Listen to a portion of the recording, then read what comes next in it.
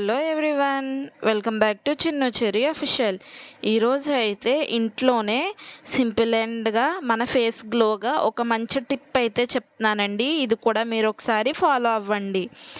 Rice వాటర్తో మనం చాలా వేస్ట్ చేస్తూ ఉంటాం కదండి. రైస్ వాటర్ అయితే ఆ రైస్ వాటర్ యూస్ చేసి మంచి టిప్ అయితే చెప్తున్నాను, ఒకసారి చూడండి. రైస్ వాటర్తో క్లీనింగ్, ఫేస్ ప్యాక్, అలానే టోనర్ కూడా యూస్ చేసుకోవచ్చండి. రైస్ వాటర్ అయితే విటమిన్స్ అయితే చాలా ఉంటుంది కాబట్టి మన ఫేస్కి కూడా మంచి గ్లోను అయితే ఇస్తుందండి.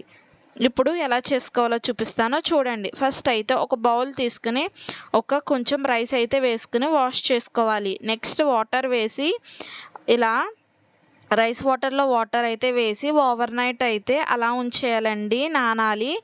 ఓవర్ నైట్ అయితే కష్టమైతే, లేకపోతే 3 to 4 hours నానితే సరిపోతుందండి.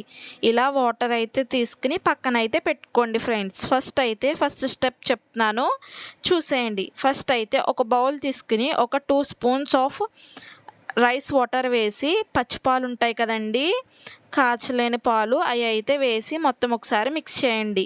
ఇప్పుడు కాటన్తో అయితే ఫేస్ మొత్తం అప్లై చేయండి ఈ వాటర్ అయితే. దీనివల్ల ఏంటంటే మన ఫేస్ మీద ఏమన్నా డస్ట్ ఏమన్నా ఉంటే గిని మొత్తం అయితే క్లియర్ చేస్తుందండి.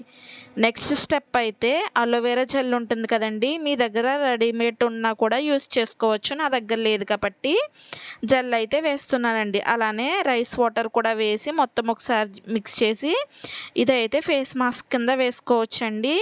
ఈ ఫేస్ మాస్క్ వేసుకున్న తర్వాత అయితే ఫేస్ వాష్ అయితే చేసుకోవాలండి. ఫస్ట్ అయితే క్లీనింగ్కి అయితే అక్కర్లేదు.